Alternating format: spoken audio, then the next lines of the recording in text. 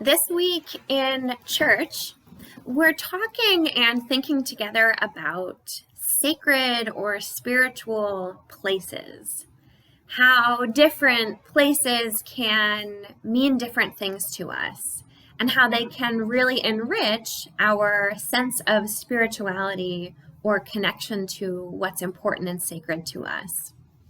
So I have a story to share with you. It's a Buddhist wisdom story, and it's called The Worth of Cherry Blossoms. In Japan, 2 centuries ago, there lived a Buddhist nun named Rengetsu. Her life as a nun began tragically after her husband and young child died. To support herself, she worked as a potter, a poet, and an artist.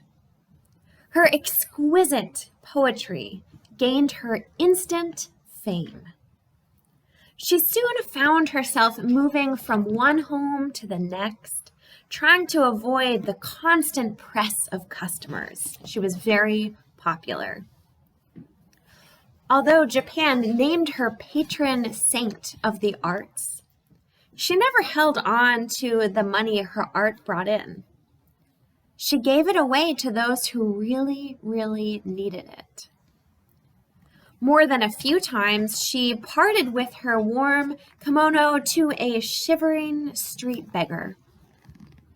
When a robber entered her home during the night, she lit a lamp for him to see by, then fixed the thief a cup of hot tea, while inviting him to discuss his desperate situation.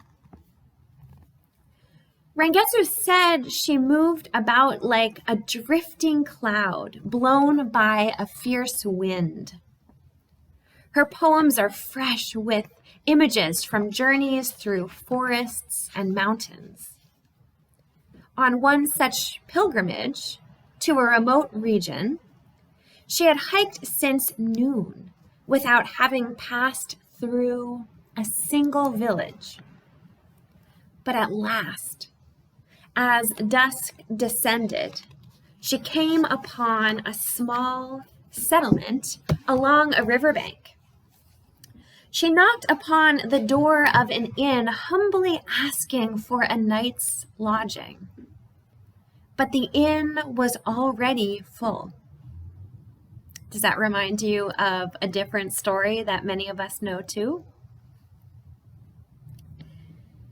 As she rested, stars appeared out of the advancing darkness.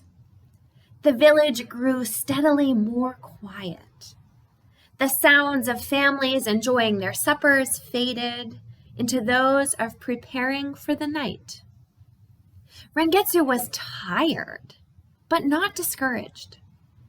Beyond the town, she had earlier spied a forgotten orchard with lush, soft grass beneath the trees. She retraced her steps down the road and bedded down for the night under a cherry tree. There she is, under the cherry blossoms. In the middle of the night, she sensed a bright light upon her face. It awakened her. When her eyes opened, a hazy, snowy moon loomed in the cloudless sky. Directly above her, thousands of cherry blossoms had opened while she slept, and each flower now held bright moonlight in its petal cup. It was so lovely. Rengetsu gasped. She bowed toward the village, giving thanks for this unexpected gift. A gift of nature far more meaningful than a comfortable night in a bed. Rengetsu then composed this poem.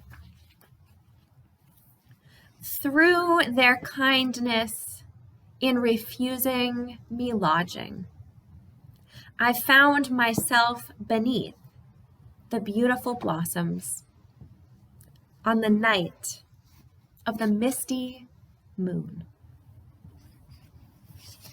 Therein ends the story. There she is again, under the misty moon. So it's interesting in this story how Rengetsu had an idea of the place she wanted to be. She wanted to be at the inn. She wanted to be in a bed. And because of her circumstances, that wasn't possible. And so instead, she found herself making do with what she had, which was the earth. And because she opened her eyes and she embraced the place that she was in, she was able to experience profound beauty and have really a life-changing spiritual experience of seeing this nighttime view of these cherry blossoms full of moonlight. So I hope that you enjoy that image. I'm going to be thinking about that this week. In times maybe of chaos, when I could use a reminder to settle in and be aware of my surroundings and find a sense of peace. So this week, I invite you to rest in that image and to think a little bit about the spaces that are sacred to you, the places that are sacred to you, and how you might really start to think of ways that your spirituality can grow in the places not only that you love, but the places that you are. So I hope you have a wonderful week. Please know that I'm thinking of you and sending love, as is the whole church. And I'll talk to you and see you again soon. Take care.